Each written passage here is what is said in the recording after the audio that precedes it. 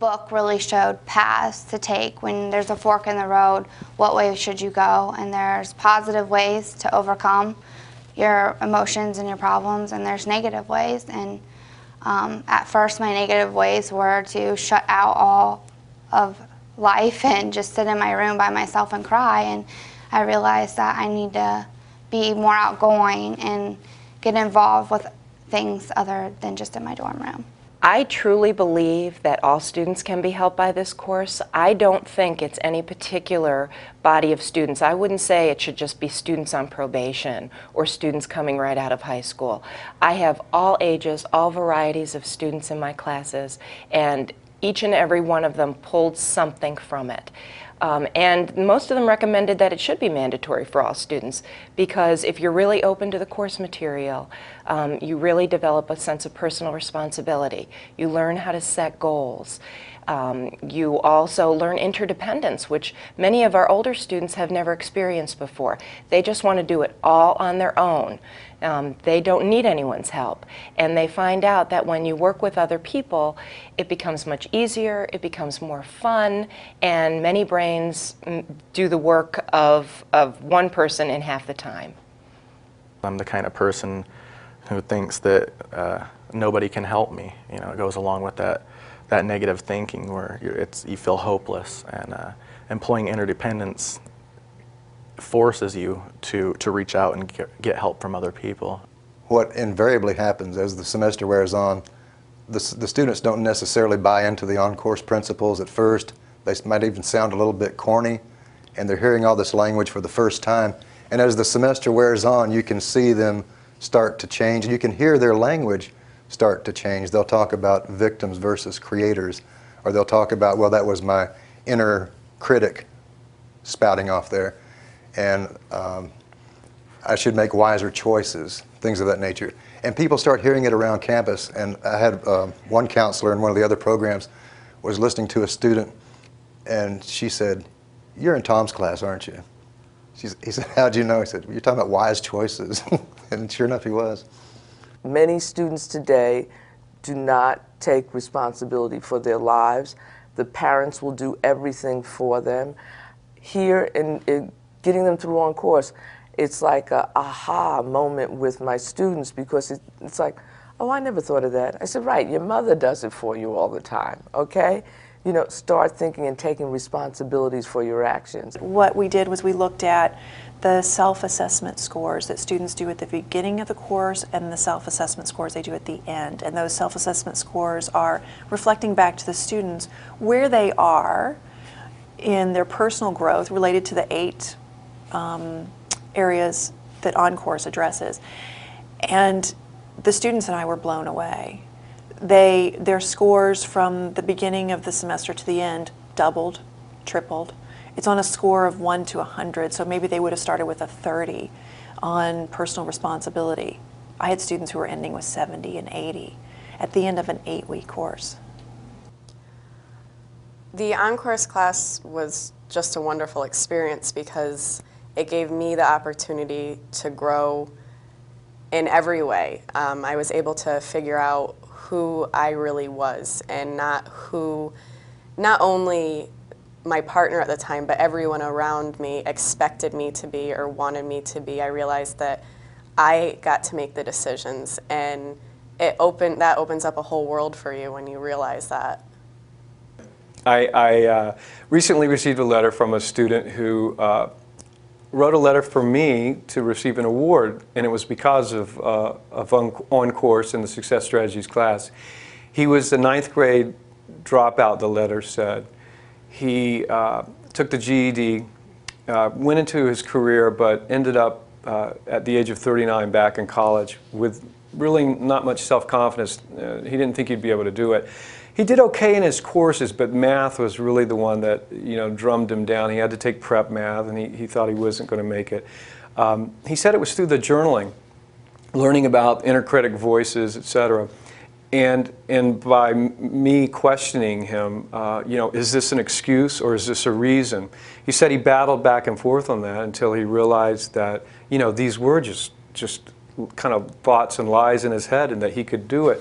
So he kept with it. And at the end of the letter, he said, perhaps the greatest compliment I can give to the course and what it offered was that he's now on the dean's list. So the issue then is, how do you help students make wiser choices? And that leads to an even deeper question, which is, what are the qualities, the inner qualities that people have who make wise choices?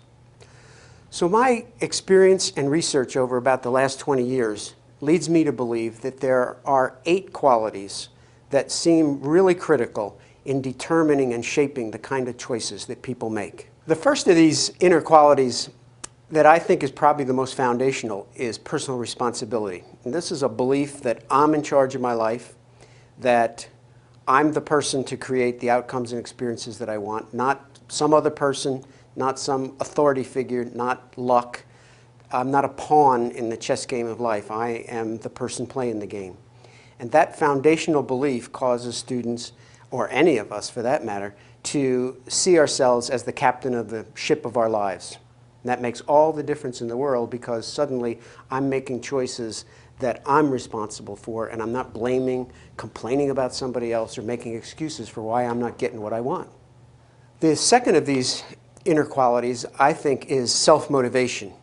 This is the quality that keeps me going, even when I don't feel like it. Towards what? Towards the outcomes and experiences that I want to create in my life. And this is exactly the kind of inner quality that educators love, and they often come across it with students who are returning after having been out of school for a while. But whether it's an older student or whether it's a younger student, that inner drive to keep going and go over obstacles, no matter what gets in their way, is the kind of self-motivation that makes them successful.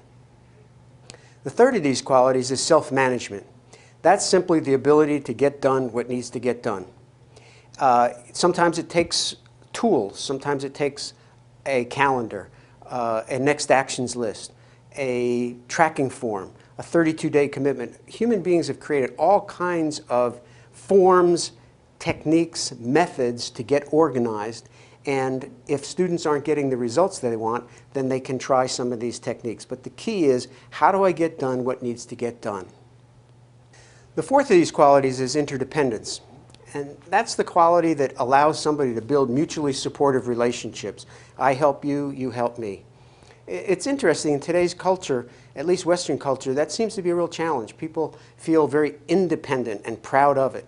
And the idea of reaching out, as would happen on a campus, to get help at a tutoring center, to seek out help from a professor, to start a study group. This is something that many students will avoid at their detriment.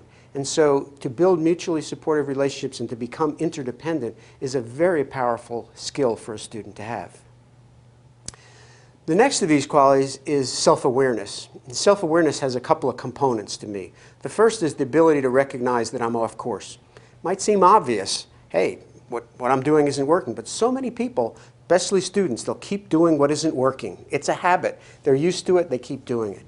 The second part of it is, once I recognize that what I'm doing isn't working, I've got to come up with a plan B. What could I do that's different?